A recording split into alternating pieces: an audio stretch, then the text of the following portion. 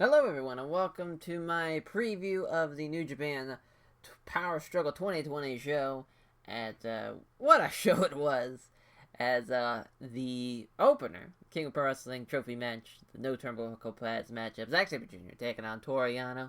Yano brought out the turnbuckle pad and he set it up, so that was fun, as Zack threatens to hit him, then decides not to, because what a dumb fucking spot that was. As just that, I hate that shit so much. Yano throws powder in Zack's face on the outside. He gets back in time in 19. He gets back inside the ring. Yano gets another turnbuckle pad and he sets it back up. Zack accidentally runs into the corner pad and the crowd pops for never thought I'd see that, where a crowd just would pop for someone missing a corner attack, but here we are. As Zack gets an ankle lock, he turns into a knee bar. Yano gets to the ropes. Zack works on the leg of Yano on the barricade on the outside. As well, he's got the a locked in on Yano. Yano ties his shoelaces around the barricade, and Zack doesn't realize it, and then he finally does, but it's too late. So he loses by count out. Yano keeps the King of Pro Wrestling trophy. I love how Zack stayed there the entire post match too, just stuck, and the young boy had to get some pair of scissors and cut the fucking shoelaces free, and then Zack got him and tried to stab him. So fun. As just a nice little visual. And you know what? Say what you will about that opener, because sure, it wasn't the greatest, but the crowd popped for the corner splash, fucking up, and he hits the pad, and everyone's like, oh shit, he did what he wasn't supposed to. Just at least they cared about it. They got a pop out of it, so you could say at least it worked. But it's an opener.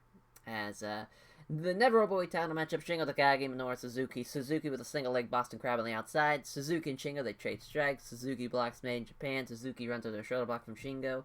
Then the last Valkyrie from Shingo, and Shingo Takagi gets his win and gets his belt back in the Never Openweight title. As, there was not a whole lot of notes there. Wasn't a bad match. Just, honestly, they just didn't do a whole lot of, noteworthy stuff.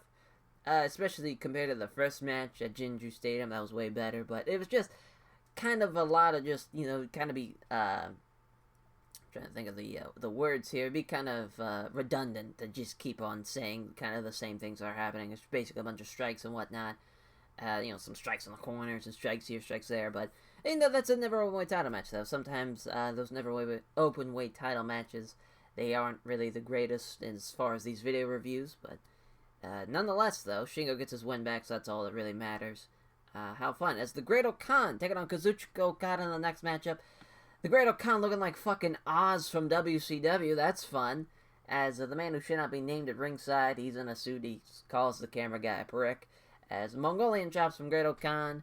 He's got some Aladdin pants, as that is not the play for the Great Okan. Okada hits the back elbow into the DDT. Okada hits the dropkick. It's a tombstone, locks in the money clip. Okan's got to rake the eyes to get out of it. A nice little bicycle kick from Great Okan. A reverse vertical suplex from Okan. A discus rainmaker into the money clip, and the Great Okan passes out from the pain. Well, not a great start for the Great Okan here, as his gear is a joke. Probably never be taken seriously as far as in this run with the gear he has. Crowd almost gave a zero fucks about him. Had he have won, it would have made him like a big deal, or him being presented as a big deal, but I'm glad it didn't, actually. Because, man, right out of the gate, he's just... It's a gimmick that's almost set to fail, as really it really was. As you kind of had a feeling it was, because that gimmick is really way out there. It's very much a Western gimmick to the fucking 10th degree. As, we'll see what happens, though. It's still very early. I think he's got some talent. He's just kind of stuck with a shit gimmick, is kind of my thoughts on that so far. We'll see what happens. As, afterwards, here comes more disasters, as Ospreay starts his promo with the mics off. Just fantastic. Couldn't happen to a nicer guy. As just, Will Ospreay just being a shitty Ric Flair knockoff. Just some real original groundbreaking stuff in this promo, and then he makes him Okada for Wrestle Kingdom. Obviously, that makes sense. We saw that one coming. So they announced the Best Super Juniors for November and December, so no tag league. Again, the right decision. Sweet Christ. What a shit show that would have been. Having to try to book a tag league when half the guys can't even come in. As the finals being at Budokan, that's gonna be wild, and what a fun finals that will be, I'm sure. As 5 guys per block, a dense Super Juniors. That's gonna probably work though, because obviously you can't have so many guys, especially in the junior division. A lessened number of imports, so might as well lessen the number of guys to 5 each per block. Plus, they're doing a Super J Cup in America, which should be really good. Awesome to see guys like Chris Bay, ACH again, back in New Japan, Ray Horace, Blake Christian, Leo Rush, so a lot of new debuts in New Japan, that guys that are going to be fucking awesome, that are hopefully will be in New Japan in the future too, and not just the American side of New Japan, as that's a hell of an American Super J Cup. I'm excited to see a lot of those guys, to see how they work a Super Junior matchup. A lot of guys like Ray Horace is going to be perfect, Chris Bay is going to be perfect, Blake Christian's going to be funny, the GCW guy, that's fun to see Game Changer Wrestling, like seeing that logo, a part of like a New Japan video. Leo Rush, I don't think he'll be like a full-time guy, because I don't think Leo Rush kind of knows what he's going to do, if he's going to just be a music guy, if he's going to just do wrestling kind of part-time. Maybe we'll see him in New Japan, who knows. But I think he's got the talent to do it. He'll be perfect in the junior division too. That would be something he could do, in my opinion. So now for the title shot for the U.S. title match, as Hiroshi Tanahashi versus Kenta. I'm happy to see Kenta get he's got a haircut. He doesn't have that kind of crazy wild hair he's doing throughout the coronavirus, the U.S. Fucking New Japan Cup that was going on. As Tanahashi gets hit with a briefcase, pretty much right out of the gate. Flying forearm from Tanahashi, a roll up from Kenta, that gets a 2 count. Kenta goes to hit Tanahashi again with that briefcase, but Tana stops him that time. Hanging DDT off the ropes from Kenta, running seated drop kick in the corner from Kenta. Goes to that double foot stomp off the top rope, he hits it. Tanahashi has to kick out. He does so. A stuff palm strike from Kenta, like he fucking slapped the shit out of him. As then into a nice little Busaiku knee with Tanahashi in the one knee. I thought that was really good, because she's obviously, Kenta hits that Busaiku knee, at least in his younger years.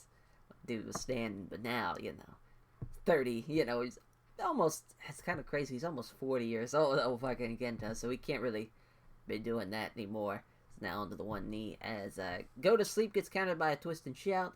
Tanahashi counters a Go to Sleep again, this time with a mid-air sling blade. Regular sling blade gets a 2 count. Standing high fly flow from Tanahashi, goes for the clover leaf, which Kenta doesn't have. Then Kenta locks in an Umaplata crossface. Tanahashi passes out from the pain as Kenta gets the win. Didn't see that coming. Good for Kenta. 2 passing out from the pain submissions on a 6-match card is tough. Obviously, you want to protect the, with Tanahashi, he could have tapped. It would have been fine, but I get it. As, I didn't see that coming, though, for Kenta getting the win. That was good for him. Both guys would have killed against John, so I'm cool with it anyway. Either way. And I really liked that match. I thought that was, so far, they've only had, a couple of matches one-on-one. I thought that was a good one. I don't know if it was better than the G1 the first time around, their matchup, but still, it was a fun little match, especially for, in this status on the card, being, like, kind of mid-tier. Really, 5th match on the, or 4th match on the 6-match card, so we'll take it. As for the co-main event, Kota Ibushi versus Jay White for the briefcase for the, title match at Wrestle Kingdom, as Jay White with the European uppercut into the corner. It's followed up by a gutbuster, that gets a 2 count. Ibushi with a sick-ass head kick. Golden Star Bomb gets a 2 count. Sleeper suplex from Jay White. Ibushi lands with his feet. Takes out Geto with a fucking big boot, with a running boot, as in the running knee strike on Jay White. Ibushi goes with the Kamagori. Ibushi goes with the Kamagori. Let's clear that up. As then Jay White counters with a backslide, gets his feet on the top rope, and he gets the win. He steals one over Kota Ibushi, and now has the briefcase. First time ever, G1 winner loses the briefcase for Wrestle Kingdom. Fucking perfect match. Loved also the post-match where the Young Lions were trying to tell the ref that Jay White cheated. Perfect, sublime storytelling there. As, again, match of the night for me. Fantastic. I didn't see it coming. You had a hint that was going to happen, but you kind of side on the side of caution there with just Kota Ibushi getting the win, and they're doing Ibushi Naito Wrestling. But there we go. Got a change of plans. So now it is Jay White and presumably Tetsuya Naito, depending on this main event, which main event for the both belts. Evil versus Tetsuya Naito. So y'all know how tired I am of this shit. So here are my cliff notes of basically what happens in the finish of said match here. Sonata takes out the interference of Dick Togo and Yujiro. Jay White shows up, teases hitting the sling blade on Evil, but then, kind of backs him up in the corner, then takes out Naito with a sleeper suplex. Out comes Ibushi, he runs off Jay White, head kicks Evil. Naito drops Evil on his head. Destino from Tetsuya Naito, and he gets the win. Thank Christ. I was nervous as hell going in that they were going to do Jay White and Evil. But thank God.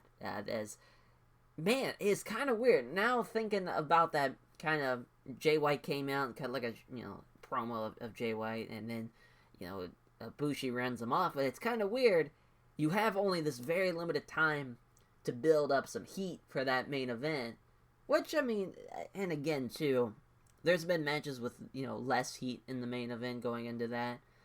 It's tough. It doesn't really feel like a big-time caliber matchup, but it's going to be a fun match. They've had great matches in the past. What I'm scared of is fucking the shit that's going to happen in that main event. It's going to be riddled with fucking interference. I'm just tired of it. But that will do it for my review of Power Struggle. If it wasn't for Jay White and Ibushi and Kenta and Tanahashi, that would have been one forgettable B-show. But we've got a new main event for the Wrestle Kingdom show. Tetsuya Naito vs. Jay White. How fun.